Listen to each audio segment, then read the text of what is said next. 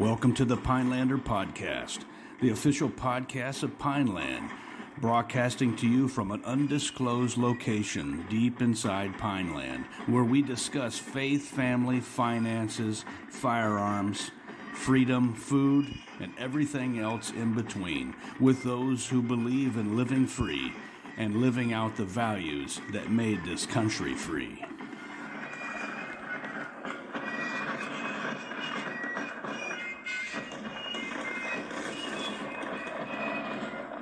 All right, hello, everyone. This is Paul LaFavor, and you're listening to the Pinelander Podcast, a podcast for America's Warriors. Today, we're talking about something I think should be important to everybody, and if it isn't, you might want to make it more a central part of the importance in your life, and that is handling money. Spending money is easy to do. Holding on to it and using it for the future is a lot harder. But fortunately, today we're talking with an expert on that about how to handle our finances in today's financial uncertain and crazy times with Nick Giambruno. Nick, welcome. Hey guys, great to be with you. Yeah, Nick is the editor-in-chief of the Financial Underground Speculator and the Financial Underground. His network is, looking to help people like us. So if you're tuning in, this is probably a good time to grab some pencil and paper and learn a lot. That's right. For those familiar with unconventional warfare, this is Mr. Green. We're bringing in Mr. Green. So, Nick, we've talked in the past on the podcast about the importance of sort of getting your financial house in order, and I think we focused more on kind of not wasting our money, trying to get out of debt, getting the credit cards paid off. Think about, where our money is being spent and wasted, and trying to eliminate some of those problems. But today, what we wanted to bring you in, Nick, was because, so now we've kind of tackled the debt part of it. Now we start to think about where we put the money, because I've heard it said that in tumultuous times, wealth doesn't disappear; it just changes hands. So maybe we thought we'd bring you in today, and you can kind of help us with that. Like, obviously, putting your money in a savings account at the local bank is might not be the best choice today.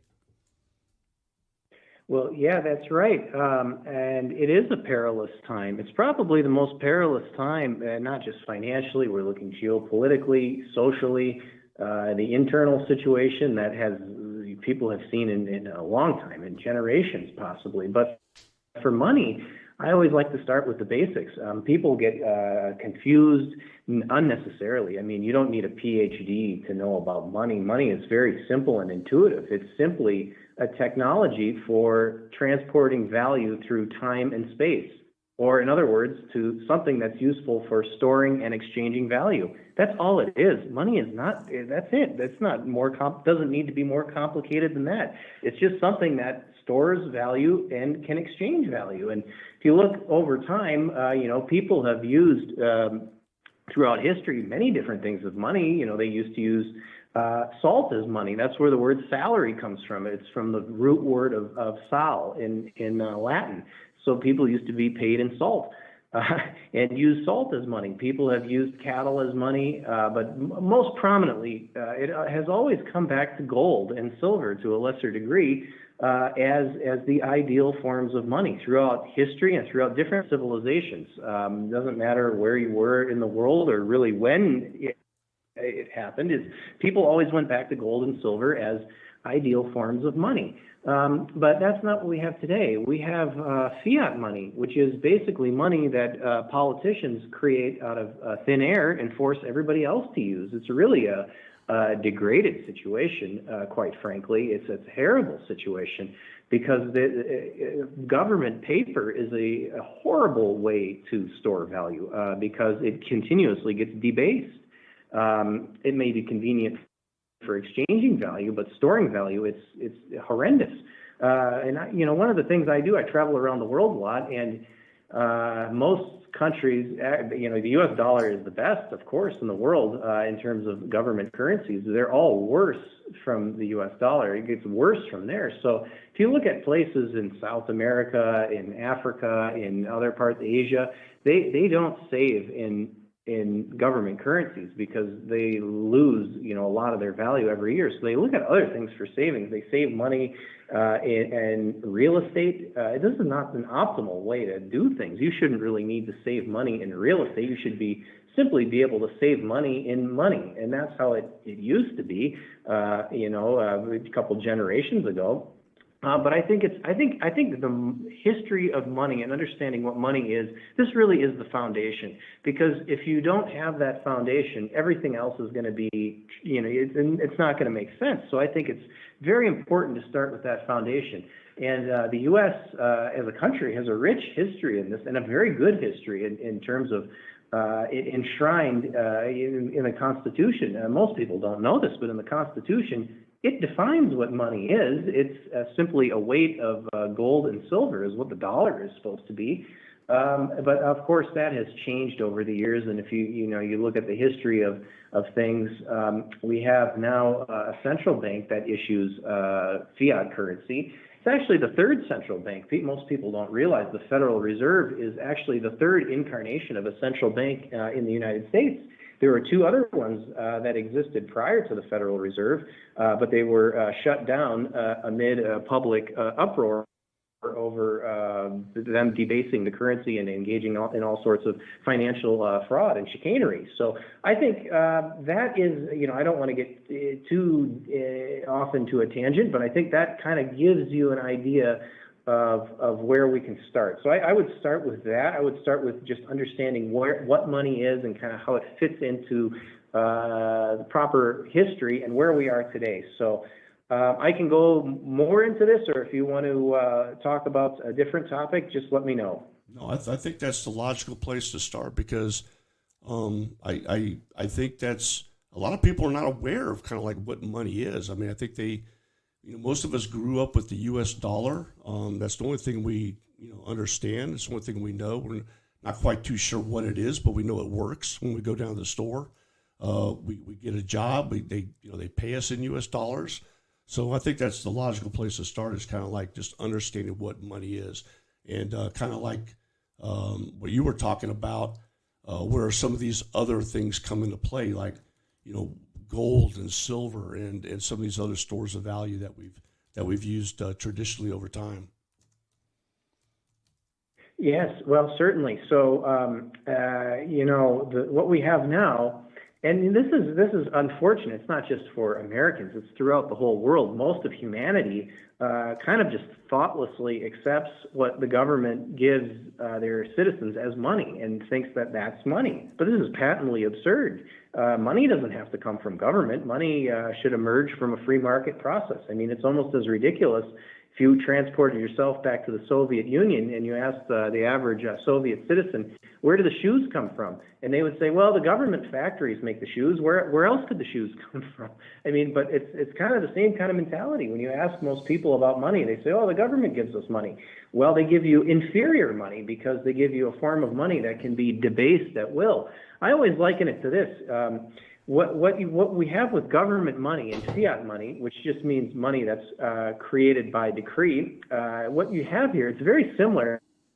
Imagine if Al Capone, he had a neighborhood, he's a gangster, he's a mobster, and he decreed in his neighborhood that pieces of paper with Al Capone's signature on it were the only form of money you could use. And he would enforce this with violence. And he would say, if you don't use my piece of paper with my signature, something that he can create with no effort as money, well, my thugs are going to pay you guys a visit. So that's kind of what is going on today, except on a much, much, much larger scale. So I think saving in government money really is a bad idea. Unfortunately, it shouldn't be this way. It should just be where you could earn money and save money. But unfortunately, that's not really the case anymore. You can't really just save money because it continuously loses value. I mean, like I was saying before, the U.S. is probably the U.S. dollar is the best of all the fiat currencies. They're all not good money in my opinion, but the least worst is the U.S. dollar.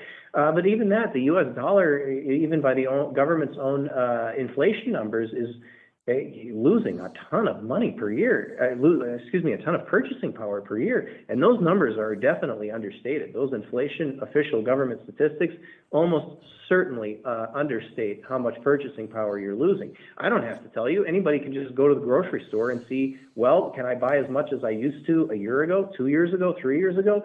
And how does that match up with what they're telling me what inflation is? It absolutely doesn't. So back in the day, people could just have a savings account and save in that savings account. That is kind of out the window. And the reason it's out the window is because a big way that government finances itself is through printing money. And this is just horrible because it's basically an insidious tax on people who save money. You shouldn't be able to debase the currency to pay for things that you otherwise don't through taxation. But nonetheless, that is the system we have today, and it is going to be much, much more severe because the spending is really out of control, and they really can't tax much more. So they really only have the option of printing money, and that means it's going to be a tax on savers. So it's a very, very dangerous situation for people who want to save, and particularly people closer to retirement who have a nice retirement nest egg that could very easily be inflated away. So that's kind of the big picture of the environment we're looking at, and there are solutions. So we can talk about that too. Yeah, and I think we can transition over to that because I think everyone has seen all the prices of goods go up. You talked about inflation, and of course the big one that everyone's really noticing right now, of course, besides the normal day-to-day things like groceries and gasoline and what have you, is the home prices, housing prices. But the house isn't really worth any more than what it was, say, a year ago. It's just taking more dollars now to purchase it. And isn't that kind of what inflation is? It's just a matter that the dollar itself just does not have the same power that it used to. Yes, it hits on it. But here's an interesting thing that gets at this, because if you look at the classical definition of inflation, if you look at any kind of economics book or even the dictionary, maybe 30 years ago or a little bit earlier, there is a very specific definition for inflation. Inflation is simply an increase in the money supply, and it's a logical thing too, because when you inflate something, think about like inflating a balloon. It's to expand it. And it means an expansion of the money supply. Well, they've kind of changed the definition of it, and it's really kind of sneaky and propaganda, in my opinion. They changed the definition of inflation from an increase in the money supply to an increase in the general price level, which is basically something they can really cherry pick and manipulate. And then you don't make when inflation is redefined to an increase in the general price level, you don't really a lot of people don't make that connection between the money printing and the expansion of the money supply and the increase in prices. They just think it's the fault of the butcher. He's charging too much for his meat, or it's the gas station owner. He's charging too much for his gas.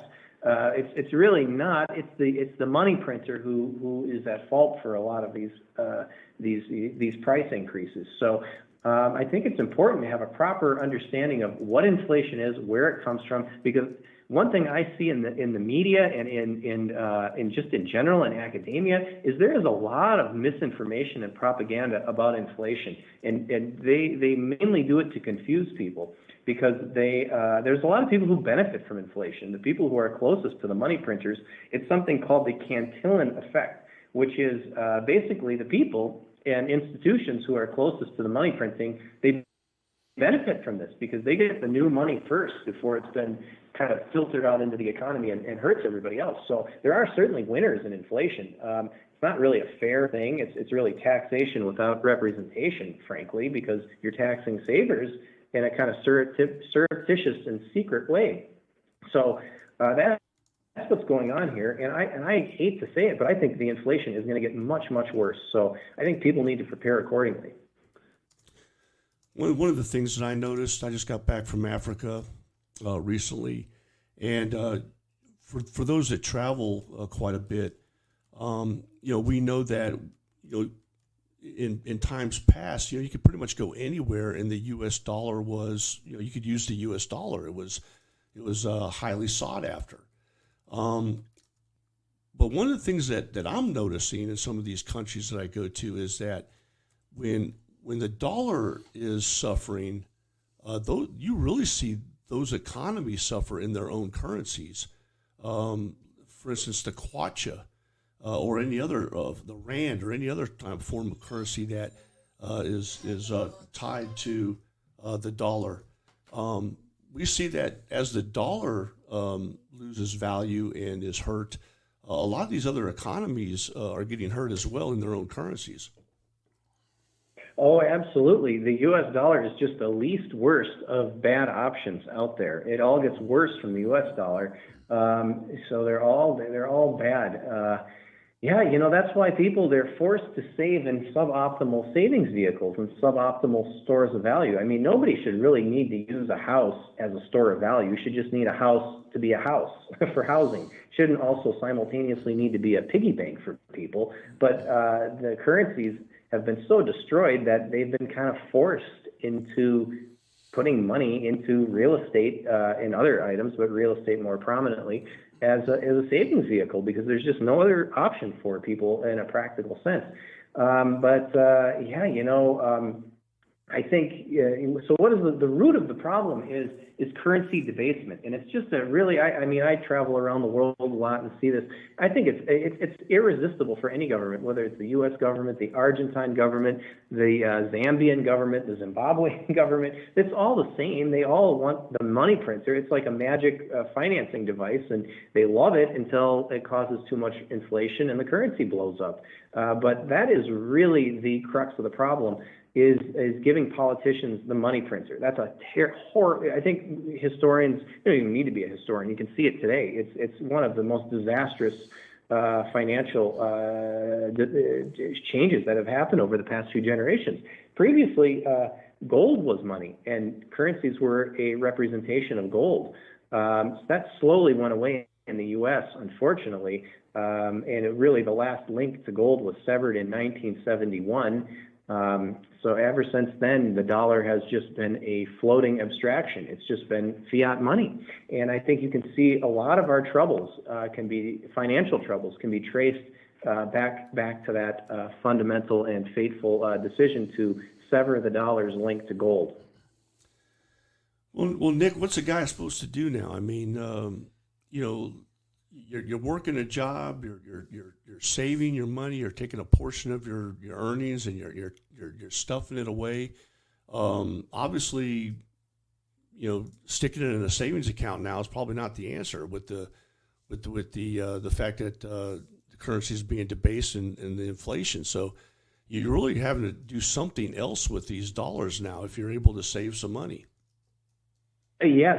Let me just comment real quick on the banks. It's actually worse than what you have just portrayed it, because the banks, I always simplify it to this. Most people don't know three things about money and bank accounts. I always simplify it to this. It's not yours, it's not there, and it's not money. So just remember those three things about money in a bank account. It's not yours, it's not there, and it's not money. So let me just go through these real quick. It's not yours. When you put money into a bank account, that's not your money anymore. Legally and technically speaking, it's the bank's money, and what you own instead is an IOU from JP Morgan, or an IOU from Bank of America, or an IOU from Citibank. It's not the same thing as cash in hand. So what you have is an IOU, and they may not be able to make that IOU for whatever reason. Maybe they're insolvent. Maybe they don't like a book you wrote or an article that you wrote.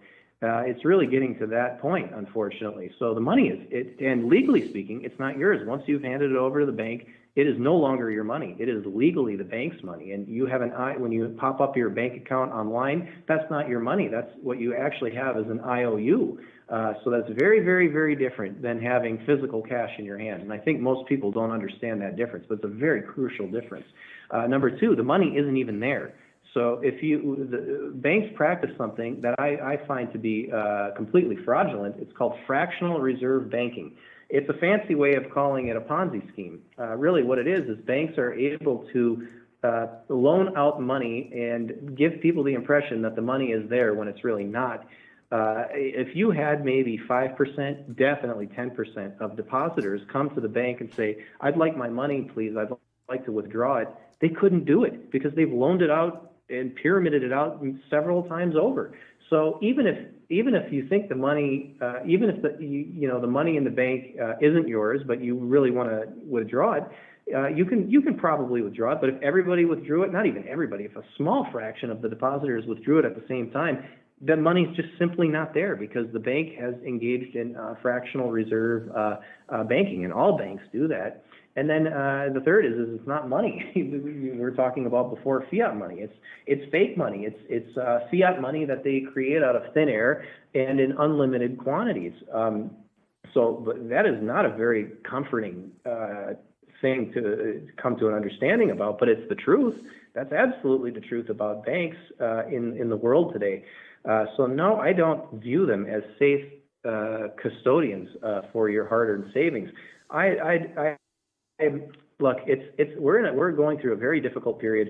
So what do you do as an alternative? I would say, as a concept, you don't want to store save your money or store your life force, your economic life force, in something that somebody else can create with no effort. That's just a general concept. So I would not want to store it's almost like putting money into the government currencies in the bank. It's almost like storing your money in frequent flyer miles or arcade tokens. It's a little bit, obviously it's different than that but it's not conceptually that much different because, well, the government can just create as much dollars or as many kwachas or pesos as they want, just as Chuck E. Cheese can create as many arcade tokens as they want, or Delta can create as many sky miles as they want. So what you want to do is you want to store your economic life force into something that somebody else cannot make easily.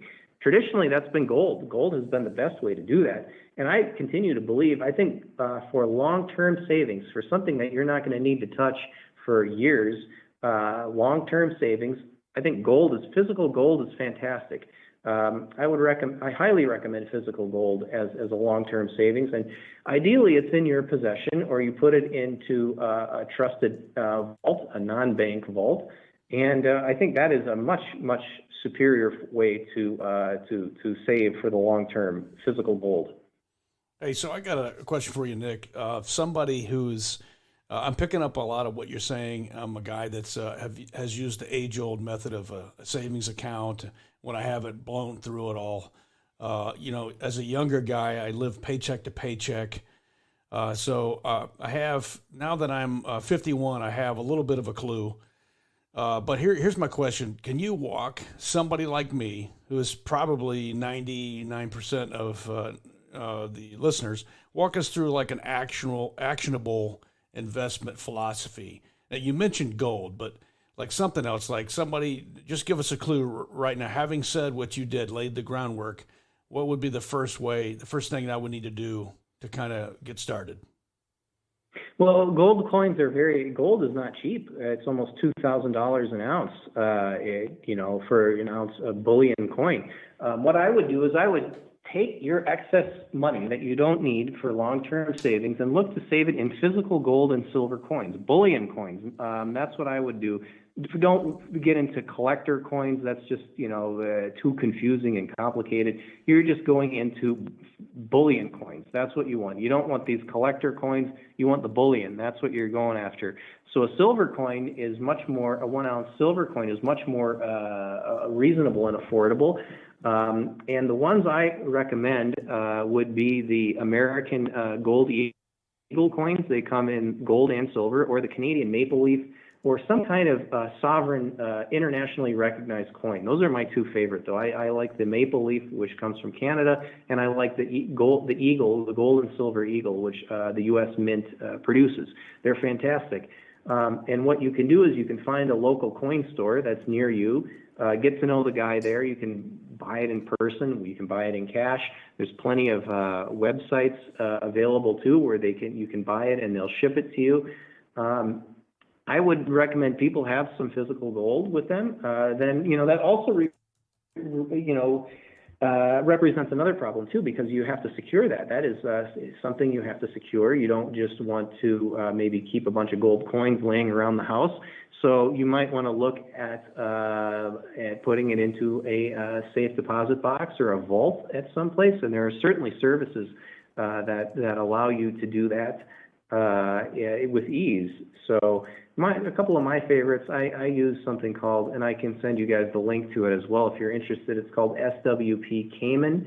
It's a company in the Cayman Islands that specializes in gold and silver storage. There's also goldmoney.com. These are just some examples of companies that facilitate this, but certainly I would have a little, save a little physical gold on your, in your home, and then, for larger amounts, use some of these services. Fantastic. Well, I'll tell you this, crypto obviously is all the rage. Everyone, there's people that just, believe in crypto. And of course, we've been going through the FX and some of the other horror stories from the crypto world. I'm leery of crypto because crypto to me is just ones and zeros on a computer, and it's just I'm one of these guys. I like to be able to touch and feel my money, if you will. But I also recognize that this is probably the way of the future, and it probably some of the mystery. If you take some of the mystery out of it, it maybe makes more sense in the crypto world. Maybe you have any thoughts on crypto, and is there good crypto and bad crypto, and is crypto safe, and is it something that's usable? Oh, certainly, yes. This is a very important topic. I'm glad you brought this up. I focus a lot on this, and the single most important thing to understand, and I can explain this, but I want to get this point across because it will save a lot of pain and loss and time. What you want to do with crypto is there's only one crypto that matters, and that's Bitcoin, frankly. Now, all the other cryptos don't matter, and I'll tell you why.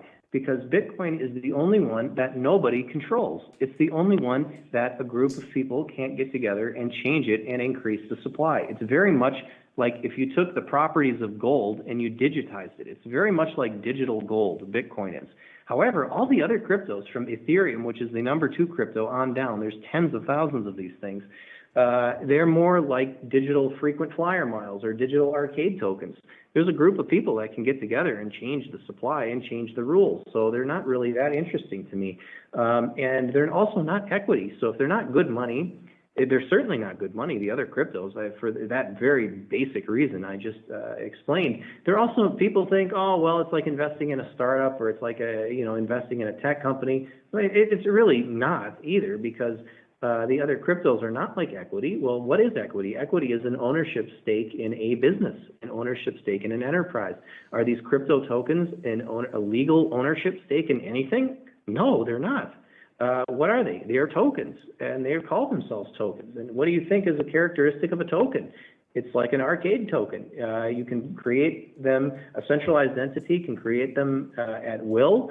They give you no ownership stake. Some of the people buying these crypto tokens, it would be as if you bought Chuck E. Cheese arcade tokens and thinking you're getting equity in the underlying Chuck E. Cheese corporation. So people are really confused about this. But Bitcoin is different. Bitcoin is absolutely different. Bitcoin is a revolutionary, in my opinion, revolutionary improvement in money. Because what you have is you've taken the properties of gold and digitized it, basically. And that is a very, very important thing, because there's nobody that can make more Bitcoin. Elon Musk can't do it. The Chinese government couldn't do it. The U.S. government couldn't do it. Even if they all got together, they couldn't do it. That's pretty remarkable. Bitcoin works in a decentralized fashion, so there's nobody in charge. There's no CEO to arrest or pressure. I could talk about Bitcoin for days and days, but the bottom line is that Bitcoin is the only one that matters, and it really is a revolution in money, because it takes the properties of gold and digitizes it, and really allows people, anybody in the world who has a smartphone, which even poor people in Africa have smartphones, to access this digital gold. It's really fantastic, but it's very early, and it's still widely misunderstood. And it's also very volatile. It's an extremely volatile asset, but I think nonetheless it's interesting, and it's definitely worthy of a small portion. Or it depends. Everybody's situation is different, but I think everybody should take a hard look at it. Yeah, I had a question going back to the bullion coinage and all that. In terms of investment metrics. What does that look like? So, this matures, how does that mature? And like, if I were to buy, say $5,000 worth of gold coins, in 20 years, I mean, is there a standard answer for that? Or does that square well with like standard IRAs and stuff like that? Well, yeah, the thing is that it's not, gold is just money. It's not an investment. It's just money. It's just savings. So it's not going to give you a yield, a dividend or anything. It's just savings. So I would say gold, what at minimum it should do is preserve your purchasing power. At a minimum, it should. It should grow it, I would think too, but I think at a minimum, you are protecting yourself from currency debasement over the long term, because nobody can just arbitrarily create more gold. It takes a lot of work. It's very expensive to make more gold. So I think that is the metric you should look at.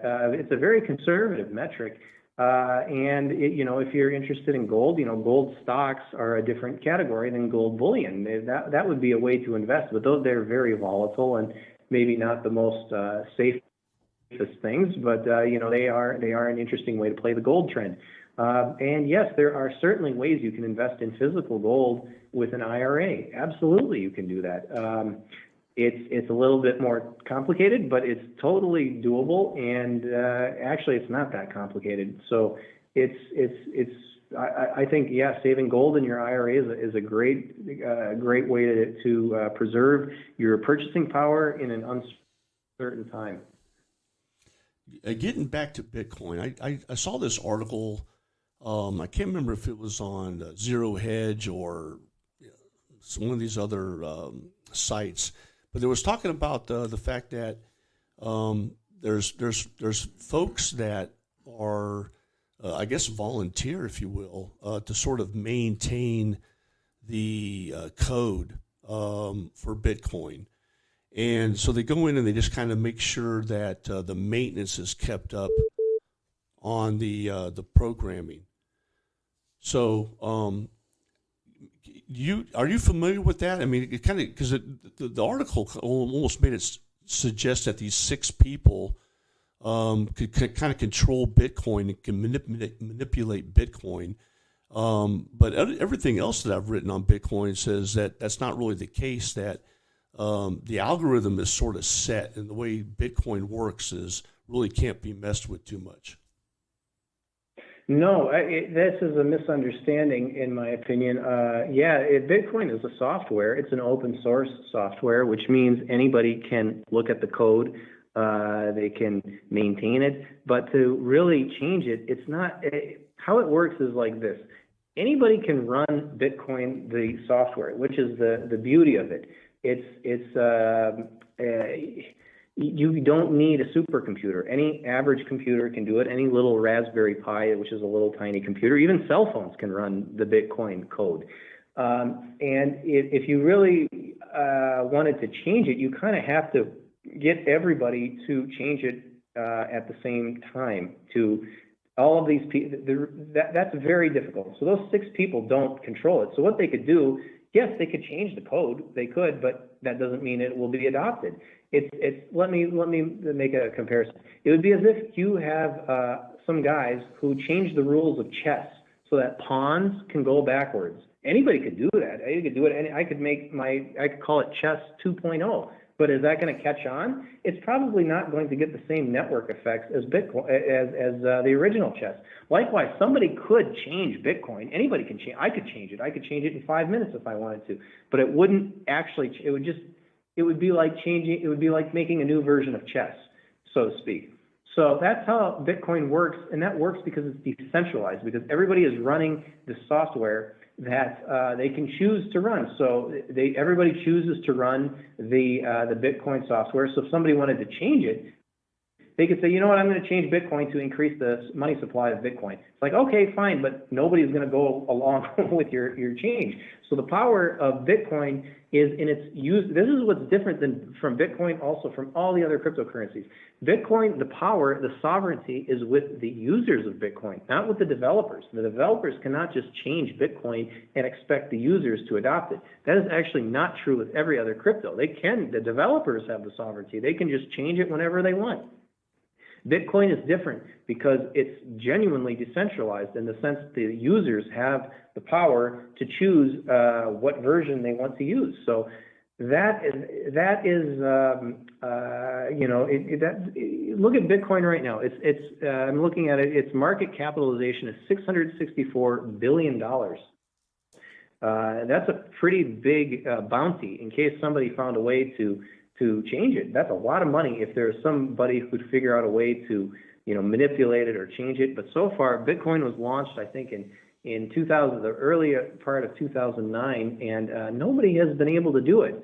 And that's not just a coincidence, because the Bitcoin software is, like I said, it's open source. Anybody can see it. Anybody can examine the code and try to hack it or play with it, and they've had plenty of time to do so. It doesn't mean they can't do it, but out of all of the cryptocurrencies and all the other computer systems, I actually have a quite fair deal of confidence in Bitcoin that it won't be changed. So explain to us the keys. So I hear people talk about too. If you don't own the keys, you don't own your coin. Yes, that is absolutely true, because Bitcoin works with cryptography. Cryptography is a very fascinating field. It actually, there's a big history to it too, because the U.S. government used to consider cryptography a munition, like a weapon. And if you distributed cryptography, they would treat you as an arms trafficker. And there are several cases in the 1990s where they did that with these coders and these developers who developed very strong cryptographic systems, and they were investigated as arms traffickers, if you would believe that. But they were, and actually they won their court cases because they made the argument that cryptography is computer code, and computer code is just speech. So what they did is they took their cryptographic code and they printed it on T-shirts and printed it in books, and they said, look, this is the United States. We have something called the First Amendment that guarantees freedom of speech. You can't prohibit us from publishing books. And actually the courts agreed. They agreed with the developers, and they said, you know what, you're right. Cryptography is protected as speech under the First Amendment. Very, very important precedent that was set in the 1990s. That set the stage for Bitcoin. So what is cryptography? Cryptography, or specifically public key cryptography. There are, you can think of it as there are two keys. So the public key is kind of like what you can show to the world. So if somebody knows that's you, that's identified as you, but your private key allows you to sign a message with the public key that says that you are the owner of that public key and nobody else is. So it's a very important thing because it shows that you own the asset. So if you have a Bitcoin that's associated with a public key, the accompanying private key gives you the authority to spend that money. And the way that works is through cryptography and mathematics that can prove that.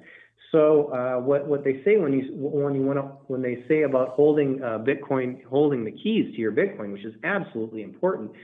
It means that your software, because you can get different wallets, have the cryptographic keys and nobody else has those cryptographic keys, which means that you are in control of those funds and nobody else is. So for example, if you buy Bitcoin on a large exchange like Coinbase, and you just hold it on Coinbase, well, you don't really own the cryptographic keys. Coinbase owns the cryptographic keys.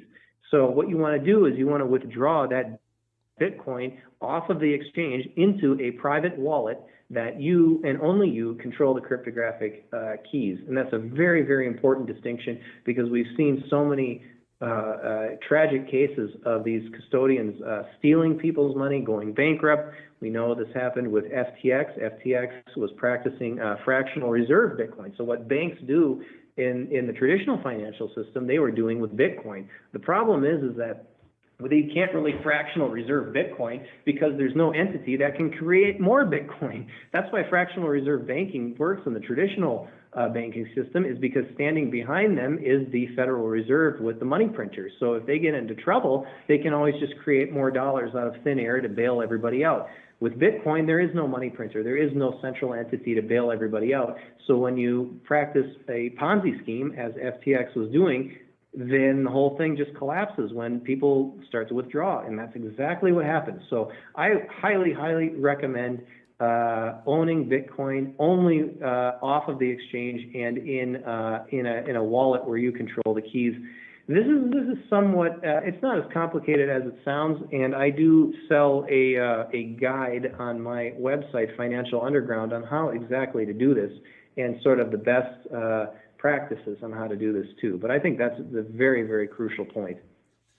So that kind of rolls into my next question, which is, you hear a lot of things being said about the future of money, especially the dollar, centralized bank digital currencies, sort of the CBDC. Is almost like the various governments are trying to get into the cryptocurrency market.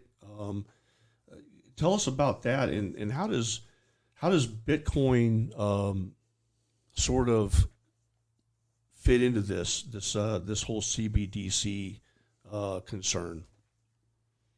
Well, they might sound like they're similar, but they're quite frankly completely different things. CBDCs are horrible, actually. I think they're terrible, and I think they should be not allowed in a free society. This is something that China has, and the Chinese Communist Party uses it as sort of a tool to enforce a social credit system. So if a CBDC comes, you can be damn sure that a social credit system and all the kind of horrible things that totalitarian things will follow. It really should not be allowed to happen. Nonetheless, there are people pushing for this very hard. But this is very different than Bitcoin. Bitcoin, nobody is forcing you to use Bitcoin. If you don't want to use it, you don't have to use it. It's just a new form of money that has kind of emerged on the market. And this is a new thing that we haven't seen this. I don't even know when the last time there was a new innovation in money. This is a very historical thing.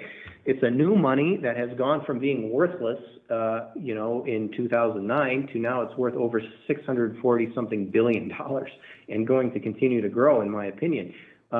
So Bitcoin doesn't have any of this social credit or totalitarian. It's actually freedom money. It really allows individuals to exercise total sovereignty over their money, total control, without any third party. It's very liberating. So CBDCs and Bitcoin couldn't be more different. Okay, so anyway, I think we talked about bullion, we talked about gold, we talked about silver. Yeah. We've talked about Bitcoin and cryptocurrencies. Kind of sets the table up. Is there anything else out there, Nick, that that's caught your eye that you think is safe, and where do you kind of see things going in the next maybe 10 years as far as like with money? Yeah, it's going to be a volatile time because the monetary system that we have now really has been around since 1971. The fiat monetary system that is people kind of think it's a permanent fixture of the universe. It's really not in historical terms. It's actually kind of an aberration because for most of human history we've used gold as money. And it's only been for the past 50 years or so that we've used this unbacked paper. So I think that system, I think that will come to an end. I think that system is coming to an end, and I actually think these CBDCs are kind of a desperate Hail Mary to try to save this system. So I think eventually governments are going to be forced to have to go back to a harder money, a better form of money, because people are going to demand it. Nobody is going to want to use a currency that's going to be continually debased. And I think the U.S. dollar is, it's really sad, but I think it is because of all the spending. And I always tell people to put this into context. We hear the word trillion. Trillion is an enormous number. It's just thrown around casually these days. But I always put it into perspective. If you earned $1 per second, 24/7, 365, that would give you about $32 million a year. And if you earned $1 a second, 24/7, 365, it would take you 32,000 years to make $1 trillion. So if you earned $32 million a year, you'd have to work for 32,000 years to make $1 trillion. It's astounding. It's a mind-bending amount of money. It's just almost unfathomable about how much $1 trillion is. And we're throwing trillion here, trillion there. That is not good. And you know, if you look at countries throughout history, the Roman Empire, they all a big part of their downfall was mismanagement of the public finances. And I fear that this is the direction that the U.S. is going in. How very prescient. Yeah. Yeah. I mean, yeah. No big deal. Yeah. Yeah. Hey. Yeah. What better way? You know, hey, as we face something like that, you know, this is, like we say, a clarion call for you know, our listeners to, you know, be good investors. You know, take some of these hard-earned lessons, free lessons. You know, this would normally I would imagine I'd get with you, Nick, and it would cost me a pretty penny to get all these insights. And there's probably volumes of material you just laid out for us. So it would be behoove us to, you know, take some of those wise gems and put them into practice. Yeah, well, I'm happy to share this information. You know, I'm passionate about it. I find it interesting, and yeah, I mean, we're going through a historical period. We really are. And so we're going to see, I'd like to get back to your other question. I think we're going to see a transformation in the monetary system in the next 10 years as these unfortunate trends, you know, they're going to have to be resolved one way or another. And so I think it's going to be a very dangerous time. But I think you just go back to that basic concept of understanding what money is and where you want to save your money in something that somebody else cannot create easily. I think that's a very important, just basic concept. Nick, how do people get up with you, and if they want to delve a little deeper into this, maybe they need some help navigating these crazy financial and economic times we're finding ourselves in? Because I'm like you, I think things are going to get worse, you know, next year, the year after, and so I think, you know, you really can't afford to really put this off. You really need to start kind of leaning in that direction of being prepared for what's coming financially. This isn't your grandparents' world anymore.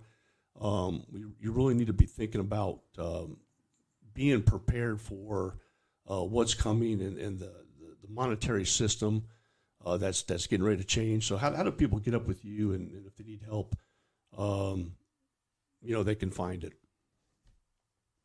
Certainly. Well, the best place you can find my work and information and research is at financialunderground.com.